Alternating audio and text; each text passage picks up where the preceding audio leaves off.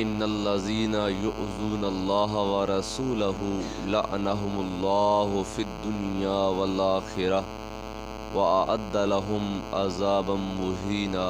आमन्तु बिल्लाहि सदक़ल्लाहुल अज़ीम। इन्नल्लाहा व मलाइकतहु युसल्लूना अलन नबी या अय्युहल्लज़ीना आमनू सल्लु अलैहि व सल्लिमू तस्लीमा।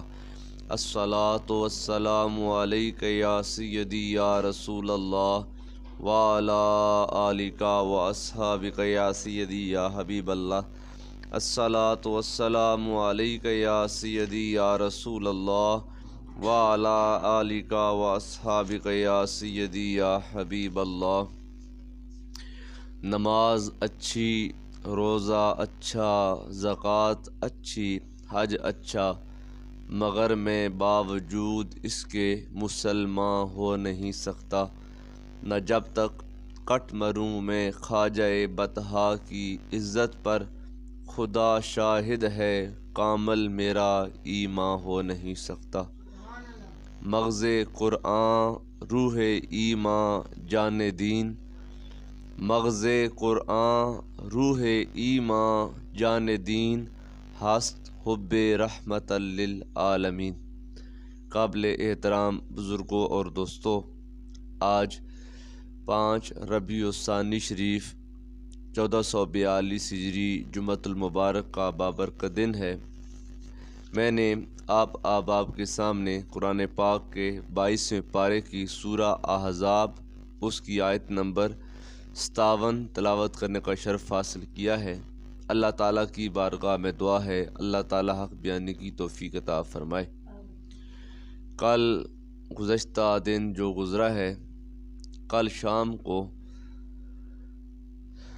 हम आले सुन्नत के एक अज़ीम आलिम दीन उस्तादुल उलमा शेखुल हदीस अमीरुल मुजाहिदीन हज़रत अल्लामा मौलाना हाफिज़ खादिम हुसैन रिज़वी साहिब शाम को इस दारे फ़ानी से रेलत फरमा कर अल्लाह रब्बुल आलमीन के हरीम कुदस में चले गए।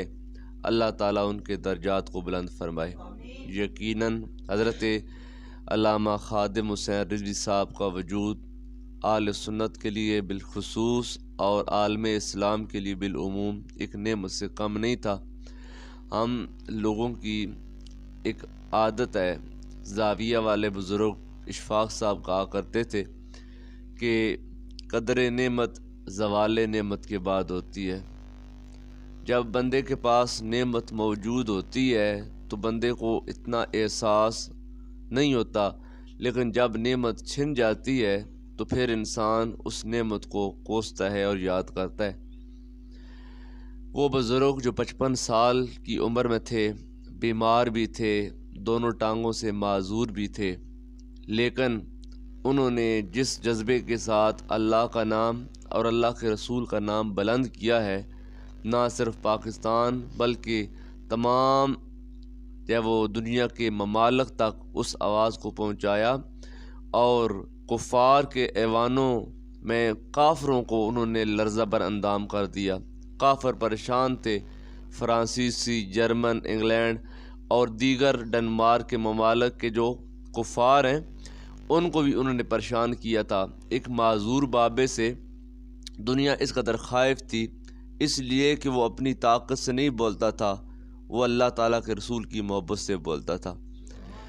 हज़रत अल्लामा खादिम हुसैन रिज़वी साहब कल शाम 8:48 पर शेख ज़ैद हॉस्पिटल में अपनी 55 साला ज़िंदगी के आखिरी सांस मुकम्मल करके इस दुनिया से चले गए। एक ऐसा इंसान एक लंबे अरसे के बाद देखा गया है कि एक बंदे की सांस निकली है लेकिन हर कलमा गो मुसलमान का दिल बेचैन है, तड़प रहा है। जो बंदा भी उस ज़ात से वाक़िफ़ था और जो बंदा तंग नज़र नहीं था, उस बंदे के दिल में उसकी एक चाहत और मोहब्बत है। हज़ारों साल नरगस अपनी बेनूरी पिरोती है, बड़ी मुश्किल से होता है चमन में दीदावर पैदा। ऐसे लोग सदियों बाद पैदा होते हैं। अल्लाह ताला ने उस बंदे को इस कदर दलेर, न डर और बहादुर बनाया कि वो अपनी व्हील चेयर के ऊपर भी जब आता था तो लोगों के दिल दहल जाते थे। इस जज्बे के साथ अभी 4-5 दिन पहले इस्लामाबाद फैज़ाबाद में नामूस से रसालत का धरना उन्होंने दिया हुआ था। परसों शायद 2 दिन पहले वो धरना ख़त्म हुआ, मुज़ाकरात हुकूमत के साथ हुए। जो मुतालबात तहरीक लब्बैक पाकिस्तान के थे वो हुकूमत ने माने।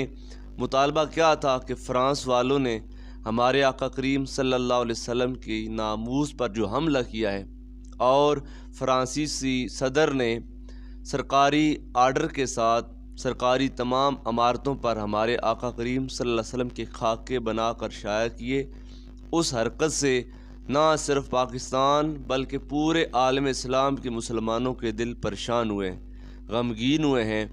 लिहाजा हमारा ये मुतालबा है कि हुकूमत पाकिस्तान फ़्रांस के साथ अपने तमाम तर ताल्लुकात ख़त्म करे और पाकिस्तान का जो सफ़ीर वहाँ था वो पाकिस्तान ने वापस बुला लिया, लेकिन सफ़ीर जो फ़्रांस का पाकिस्तान में था उसको निकाला नहीं किया।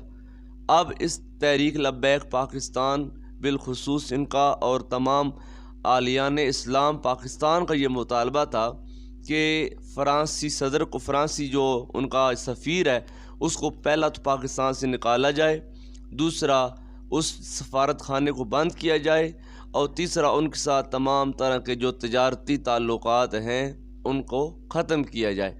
ये मुतालबा था और ये एक ऐसा मुतालबा था जिस पर हुकूमत को भी एतराज़ नहीं था।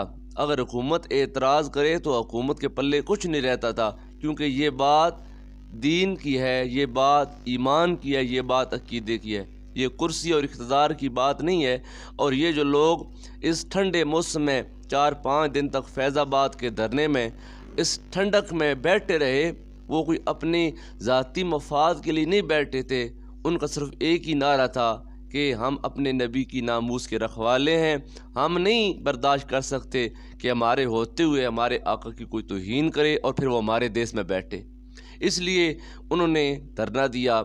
मैंने कल जब उनके इंतकाल की खबरें आई हैं तो बस यकीनी बात है और बड़ी ताज्जुब की बात है कि तहरीक लब्बैक पाकिस्तान का धरना सन 2014 में नवाज शरीफ की हुकूमत में भी हुआ था और अब इमरान खान साहब की हुकूमत के अंदर एक बार फिर फैज़ाबाद में धरना हुआ।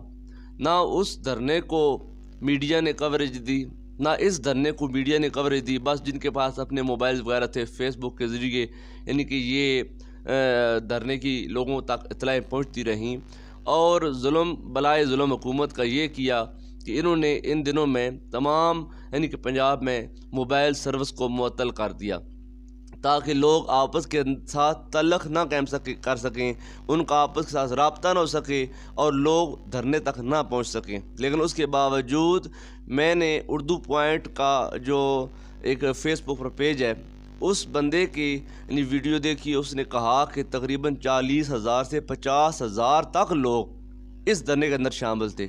40,000 से ये एक उस बंदे का बयान है जिसका तहरीक लब्बैक के साथ ताल्लुक़ नहीं है, जिसका एक अपना वैसे फेसबुक पेज है जो लोगों को इन्फॉर्मेशन मुख्तलिफ़ तरीक़ों से मुख्तलिफ़ चीज़ों की देते हैं।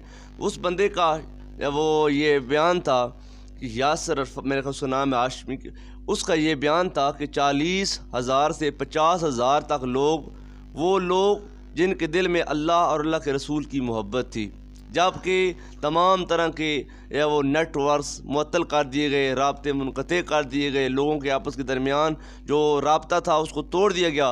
लेकिन उसके बावजूद पूरे मुल्क के तूलो अरज़ से ये ग़ुलामान मुस्तफ़ा कशां कशां दौड़ते भागते जिस तरीके के साथ पहुँचे, वो सारे के सारे इसलिए वहाँ पर पहुँच गए कि हम अपने नबी की नामूस के रखवाले हैं।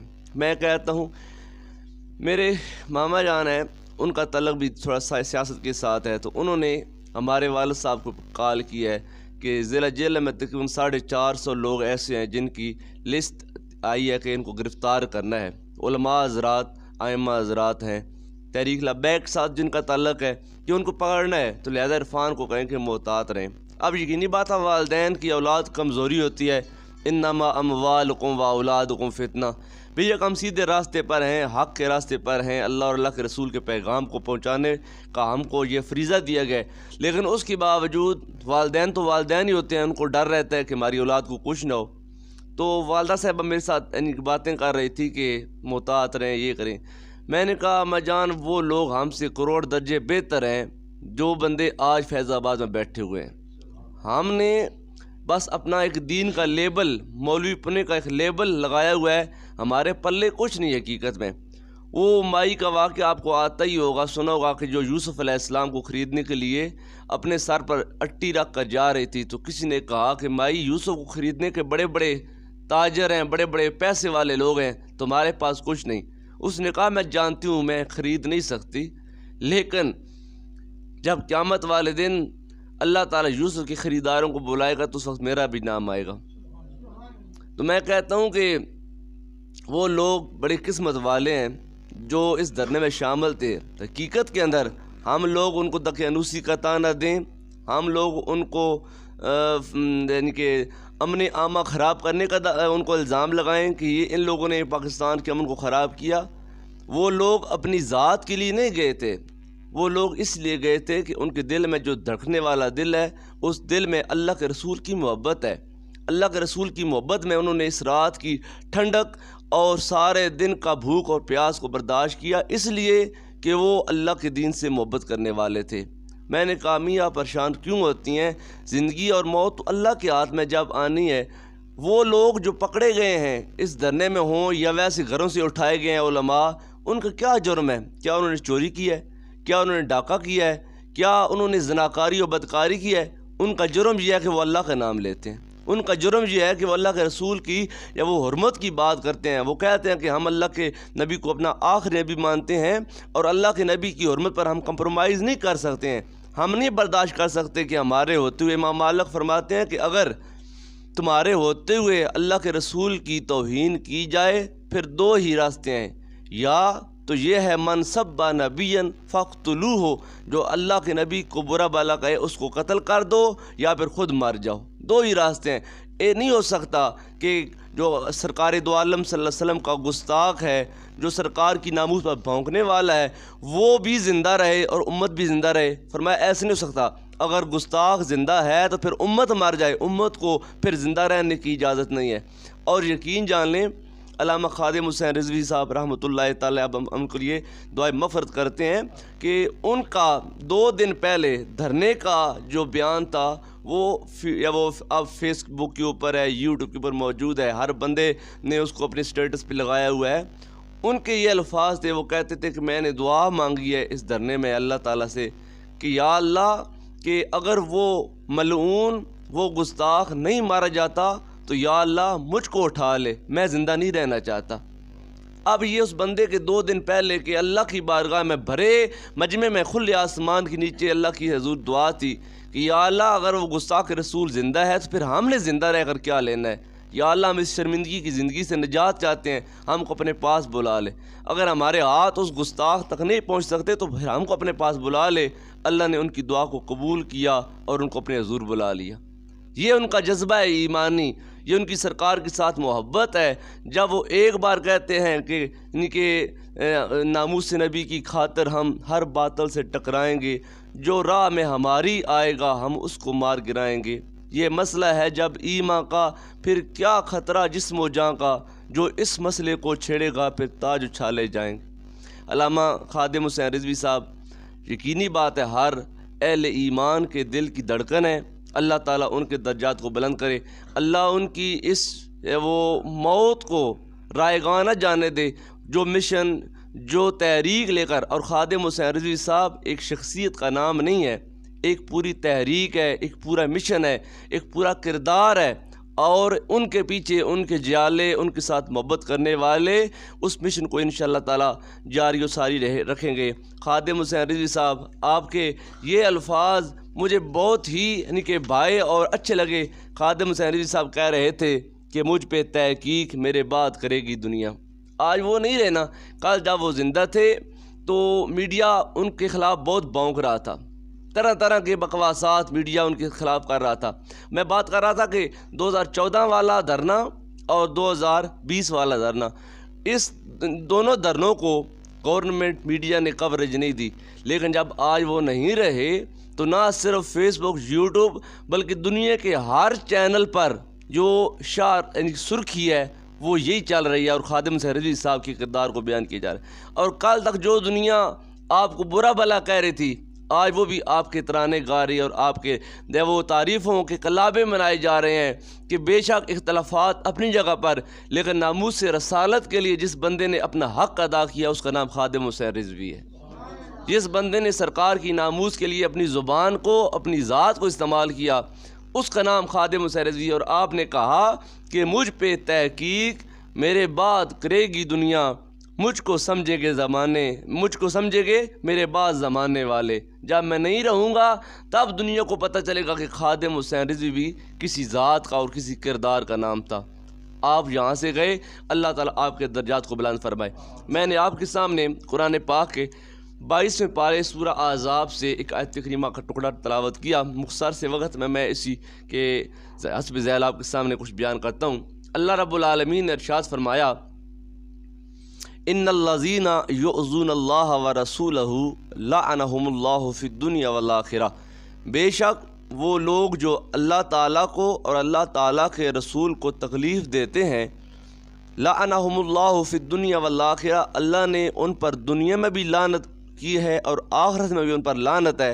व अअद्द लहुम अज़ाबन मुहीना, और उनके लिए अल्लाह ताला ने दर्दनाक अज़ाब तैयार किया है। अल्लाह और अल्लाह के रसूल को तकलीफ़, अब अल्लाह को तकलीफ़ कैसे दी जा सकती है और अल्लाह के रसूल को कैसे तकलीफ़ दी जा सकती है?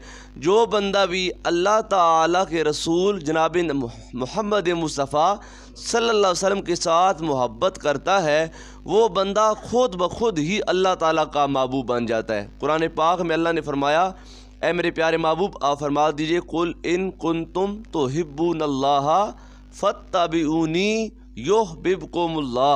ऐ मेरे महबूब आप फरमा दीजिए कि अगर तुम अल्लाह ताला से मोहब्बत करना चाहते हो तो फिर तुम मेरी इत्तिबा करो, फत्तबिऊनी, तुम मेरे रास्ते पर चलो, मेरी सुन्नत पर चलो, मेरे अहकामात पर चलो। जब तुम मेरे रास्ते पर चलोगे, मेरे अहकामात के सामने अपना सर झुकाओगे और मेरी सुन्नत को अपना ओढ़ना बिछोना बना लोगे, युहब्बिबकुमुल्लाह, पहले तुम्हारा जी चाहता था कि हम अल्लाह से मोहब्बत करें, तुम अल्लाह से मोहब्बत कर सको या ना कर सको वो अलग बाब है, लेकिन जब तुम मेरे महबूब की सुन्नत से प्यार करोगे, अल्लाह अगर तुमसे खुद ब खुद प्यार करना शुरू कर देगा, तुम अल्लाह के महबूब बन जाओगे, अल्लाह तुम्हारा मुहिब बन जाएगा। फरमाया युहब्बिबकुमुल्लाह फयगफिर लकुम ज़ुनूबकुम, और सिर्फ अल्लाह तुमसे मोहब्बत ही नहीं करेगा, अल्लाह ताला तुम्हारे गुनाह भी माफ़ फरमा देगा। तो जो अल्लाह के महबूब से मोहब्बत करता है, अल्लाह ताला उससे मोहब्बत करता है, और जो अल्लाह ताला के रसूल की इहानत करता है, गुस्ताखी करता है, वो गुस्ताखी दर हकीकत अल्लाह ताला की बारगाह की गुस्ताखी होती है। और जो बंदा अल्लाह ताला की गुस्ताखी करता है, अल्लाह ताला कहता है कि मैं उस बंदे को दोनों जहानों में मलऊन कर देता हूँ, लानती कर देता हूँ। वो बंदा मेरी फिर रहमत से महरूम हो जाता है और वो बंदा फिर मेरे अजाब और अकाब को खुद ब खुद आवाज़ देता है। और जो बंदा मेरे रसूल की इहानत करता है, वह अअद्द लहुम अज़ाबन मुहीना, मैं उसके लिए ज़िल्लत वाला अजाब तैयार करता हूँ। यकीनी बात है, पहले दौर से लेकर आज की इस गुस्ताखी तक जिन जिन लोगों ने भी हमारे आका करीम सल्लल्लाहु अलैहि वसल्लम की गुस्ताखी की, सारे के सारे वो जलील हुए, रुसवा हुए, वो सारे के सारे अल्लाह ताला के अजाब का शिकार हुए। एक जब वो कुतुब फरोश था हिंदू आर्य समाज का रुकन, जिसका नाम था स्वामी दयानंद सरस्वती, उसने सीतारथ प्रकाश नामी गुस्ताखाना किताब लिखी थी। ये गाजी इल्मदीन शहीद और राजपाल वाले वाक़े से कुछ थोड़े से पहले की बात है, ये यानी कि 1900 के बाद की बात है, इतनी दूर की बात भी नहीं है। ये हमारे बरसगीर पाक व हिंद के अंदर एक जो आर्य समाज का रुकन था, उसका नाम था स्वामी दयानंद सरस्वती, उसने सीतारथ प्रकाश नामी एक गुस्ताखाना किताब लिखी। उसको एक अल्लाह के प्यारे महबूब के ग़ुलाम ने वासिल जहन्नम किया। उसके बाद राजपाल ने 1928 में रंगीला रसूल, नाउज़ुबिल्लाह मिन ज़ालिक, रंगीला रसूल नामी एक किताब लिखी। और ये किताब लिख कर बरसगीर पाक व हिंद के मुसलमानों के दिलों को इस बंदे ने मजरूह किया, राजपाल खत्री ने। उस वक़्त तालेमंद मिस्त्री का बेटा जिसको दुनिया इल्म दीन के नाम से जानती थी, जो अनपढ़ था, बाप ने स्कूल दाखिल कराया तो दूसरी क्लास से भाग गया, मदरसे में दाखिल कराया तो मदरसे भी ना पढ़ सका। फिर बाप ने जब वो मिस्त्री के पास, कारपेंटर के पास भेजा तो मिस्त्रियों वाला काम, लकड़ी वाला काम सीखना से शुरू कर दिया। तो अपने ज़ात पात के एतबार से अल्हम्दुलिल्लाह वो भी मिस्त्री ख़ानदान से ताल्लुक़ रखता था।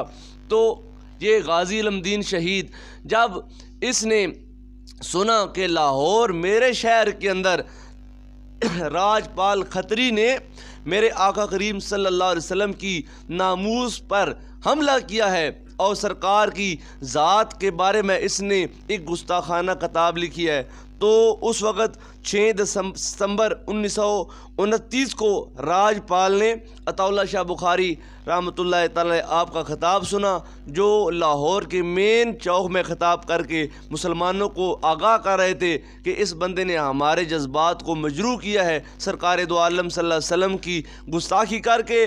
तो उस वक़्त 31 अक्टूबर 1929 को जब वो गाज़ी इल्मुद्दीन शहीद ने इस राजपाल खत्री को वासिल जहन्नम किया, अल्लाह ताला ने इसको ये एज़ाज़ अता फरमाया, तालेमंद का बेटा जिसको दुनिया नहीं जानती थी, लेकिन जब अल्लाह के रसूल की हुर्मत का ये पासबान बना तो अल्लाह ताला ने इसका नाम, सिर्फ उसका नाम ही नहीं बल्कि उसके ख़ानदान का नाम अमर कर दिया और कायनात के लिए उसके ख़ानदान को एक हवाला बना दिया कि जो अल्लाह के महबूब की नामूस पर बोलता है अल्लाह ताला फिर उसके ज़िक्र को अमर कर देता है। अल्लाह दोनों जानों में उस इंसान को इज़्ज़त अता फरमाता है। 1999 में सुलेमान रुश्दी ने स्टैनिक वर्सेस नामी किताब लिखी थी, जिसमें उसने सरकार दो आलम सल्लल्लाहु अलैहि वसल्लम आपकी गुस्ताखी की। फिर यहाँ से ये यूके भाग गया और इंग्लैंड की हुकूमत ने इस मलऊन को पनाह दी है सुलेमान रुश्दी को।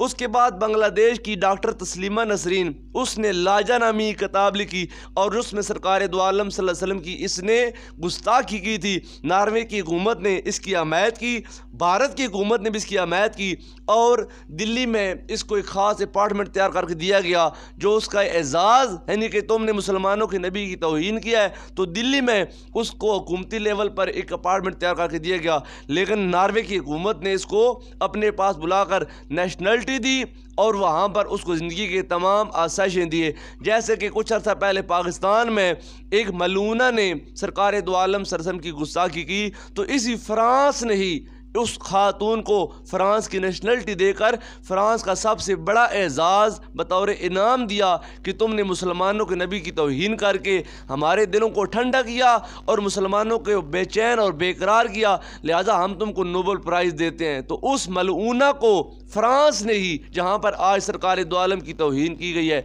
उन्होंने सरकार सल्लल्लाहु अलैहि वसल्लम की उस गुस्ताखा को नोबल प्राइज़ के साथ भी नवाजा।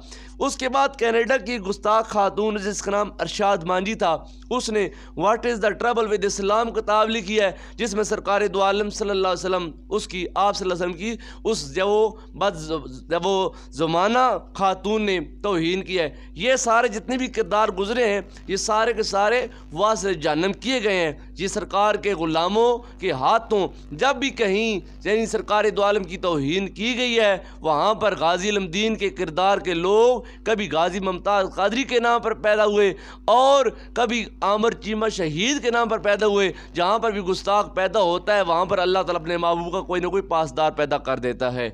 उसके बाद फरवरी सन 2006 में डेनमार्क का एक अखबार है जय पोस्टन, उसके अंदर सरकार दो आलम सल्लल्लाहु अलैहि वसल्लम के 12 खाके शाये किए गए थे और उस अखबार को सरकारी लेवल पर पूरे डेनमार्क के अंदर यानी कि फैलाया गया और मुसलमानों की दिल आज़ारी की गई थी। और इस अखबार का जो कंपोज़र था और एडिटर था उसके बारे में फिर नेट पर यह खबर शाया हुई थी कि वो बंदा अपनी पूरी फैमिली समेत अपने घर में आग में झुलस कर मर गया, उसके घर में शॉर्ट सर्किट लगा। अब ये तो अल्लाह ताला की कुदरत है कि जिस बंदे ने हमारे आका करीम सल्लल्लाहु अलैहि वसल्लम के खाके कंपोज किए थे, जब ये अखबार पूरे डेनमार्क में फैला तो उसी हफ्ते में उसके घर में बिजली का शॉर्ट सर्किट हुआ तो पूरे का पूरा घर जल गया, जिसमें ये गुस्ताख अपनी पूरी फैमिली के साथ जहन्नम वासिल हो गया। उसके बाद डेनमार्क का एक गुस्ताख था जिसका नाम गैरट वाल्ड था, उसने 27 मार्च सन 2000 2008 को 16 मिनट 48 सेकंड की एक फ़िल्म बनाई थी जिसका नाम फितना रखा था। और उसमें उसने वर्ल्ड 11 वाला जो अमेरिका का वाक़या था, एक यानी कि बहुत बड़ी इमारत में एक जहाज़ लगा था और तबाही हुई थी, वो वर्ल्ड 11 का वाक़या उस फिल्म में दिखाया गया। उसके बाद 11 मार्च सन 2004 में एक मेट्रो ट्रेन धमाका अमेरिका में हुआ था, वो दिखाया गया। 7 जुलाई सन 2005 में ज़ेर ज़मीन ट्रेन धमाका, वो दिखाकर उसमें इस्लाम का मजाक उड़ाया गया, यानी कि उसमें उन लोगों को एक टेररिस्ट इस्लामी लिबादे में दाढ़ी जुब्बा और पगड़िया मामा इस यानी के होलिये में लोगों को बनाकर मुसलमान शो करके कहा गया कि ये जो मुसलमान हैं ये ऑल ओवर द वर्ल्ड ये टेररिस्ट लोग हैं, ये जो इस्लाम की बात करते हैं ये सारे के सारे लोग दहशतगर्द हैं, खा वो पाकिस्तान से तल्लुक़ रखते हों या किसी भी बिलाद इस्लामी से तल्लुक़ रखते हों। जो कलमा पढ़ता है ला इलाहा इल्ला मुहम्मद रसूलुल्लाह, वो दहशतगर्द हैं, वो टेररिस्ट हैं। तो इस यानी कि 16 मिनट 48 सेकंड की फ़िल्म में उन्होंने ये चीज़ें शो करके आलमी लेवल पर इस्लाम का मजाक उड़ाया। 15 सितंबर सन 2012 में इनोसेंस ऑफ मुस्लिम नामी एक फ़िल्म बनाएगी जिसको बनाने वाले नकोला बेसेले और साम बासल ये डेनमार्क से तल्लुक़ रखते थे। इन्होंने इस फिल्म के अंदर भी रसूल अल्लाह सल्लल्लाहु अलैहि वसल्लम के खाके बनाए, लेकिन ये दोनों बदनाम ज़माना, ये भी दोनों वासिल जहन्नम हुए, जिनको जर्मनी के एक मुसलमान नज़ात वो जवान ने वासिल जहन्नम किया। ये वो सारे लोग हैं जिन्होंने रसूल अल्लाह सल्लल्लाहु अलैहि वसल्लम आपकी इहानत और गुस्ताखी की, तो सारे के सारे वासिल जहन्नम हुए। आज अगर इस जब वो फ्रांसी हुकूमत ने सरकार दो आलम सल्लल्लाहु अलैहि वसल्लम आपकी गुस्ताखी की है तो ये जालिम भी बाकी नहीं बचेंगे, इनका भी नामो निशान मिट जाएगा। मिटते हैं मिट जाएंगे, मिट गए मिटते हैं मिट जाएंगे आदा तेरे, या रसूल अल्लाह मिटते हैं मिट जाएंगे आदा तेरे, ना मिटा है ना मिटेगा कभी चर्चा तेरा। ये लोग आज आज़ादी सहाफ़त की बात करते हैं, पाकिस्तान का मीडिया हो या दीगर जब वो यूरोपीय ममालिक काफरों यहूदियों और ईसाइयों के मीडिया ममालिक हों, वो कहते हैं इस वो दौर में मीडिया आज़ाद है, जो चाहे वो बात कर सकता है, जो चाहे कह सकता है। तो हम कहते हैं कि हम ऐसे आज़ाद मीडिया को नहीं मानते हैं जो आज़ाद मीडिया मुसलमानों के नबी की तौहीन करे। हम मुसलमान भी तो हैं ना, ईसाइयों के अगर नबी ईसा अलैहिस्सलाम है, यहूदियों के नबी अगर हज़रत मूसा अलैहिस्सलाम है, कभी किसी मुसलमान ने ईसा अलैहिस्सलाम की तौहीन की है? कभी किसी मुसलमान ने हज़रत मूसा अलैहिस्सलाम यहूदियों के नबी की तौहीन की है? हमारे नबी ने तो हमको ये तालीम दी है कि तुम्हारा ईमान ही उस वक्त तक मुकम्मल नहीं होता जब तक आदम अलैहिस्सलाम से लेकर ईसा अलैहिस्सलाम तक सारे नबियों को तुम नहीं मानते। हम सिर्फ हज़रत मोहम्मद सल्लल्लाहु अलैहि वसल्लम को अल्लाह का नबी नहीं मानते, हम आदम अलैहिस्सलाम से लेकर जनाब ईसा रूहुल्लाह अलैहिस्सलाम तक हर फुर्स्तादा पैगम्बर को, हर फुर्स्तादा खुदा को अल्लाह का नबी मानते हैं। और हम जो पढ़ते हैं आमनतु बिल्लाहि व मलाइकातिही व कुतुबिही व रुसुलिही, इस व रुसुलिही के अंदर आदम अलैहिस्सलाम से लेकर ईसा अलैहिस्सलाम तक अल्लाह के सारे नबी और पैगम्बर शामिल हैं। जब तक हम अल्लाह के तमाम नबियों और रसूलों को ना माने, हम मुसलमानों का ईमान और इस्लाम मुकम्मल नहीं होता। जब हम मुसलमान ईसा अलैहिस्सलाम और मूसा अलैहिस्सलाम और दीगर अम्बिया की तौहीन और इहानत नहीं करते, तो फिर वो जालिम हमारे नबी की तौहीन और इहानत क्यों करते हैं? उनको मालूम है कि ये जो मुसलमान हैं ये अल्लाह के नबी से सबसे ज़्यादा मोहब्बत करते हैं। तो उनका अब मिशन क्या है? शैतान ने उनके दिलों में क्या बात डाली है? वो कहते हैं कि ये फाका कश जो मौत से डरते नहीं ज़रा, ये मुसलमान ये फाका कश जो भूख बर्दाश्त कर सकते हैं, प्यास बर्दाश्त कर सकते हैं, गर्मी और सर्दी बर्दाश्त कर सकते हैं, लेकिन अल्लाह के नबी की तौहीन बर्दाश्त नहीं कर सकते हैं। यह जो 4-5 दिन सर्दी के मौसम में फैज़ाबाद में धरना दिए, सारी रात सारा दिन बैठे रहे, वो क्यों बैठे रहे? इसलिए बैठे रहे हैं कि उन्होंने कहा है कि हम ये बर्दाश्त नहीं कर सकते हमारे होते हुए हमारे नबी की तौहीन की जाए। इकबाल कहता है कि शैतान ने इस्लाम दुश्मन अनासर के दिल और दिमाग में ये बात डाली है कि ये फाका कश जो मौत से डरता नहीं ज़रा, रूह मोहम्मद इसके बदन से निकाल दो। अब ये काफर और ईसाई यहूदी ये तमाम जो गैर मुस्लिम कौमें उन्होंने आपस में सर जोड़ लिए हैं, इत्तेहाद कर लिया।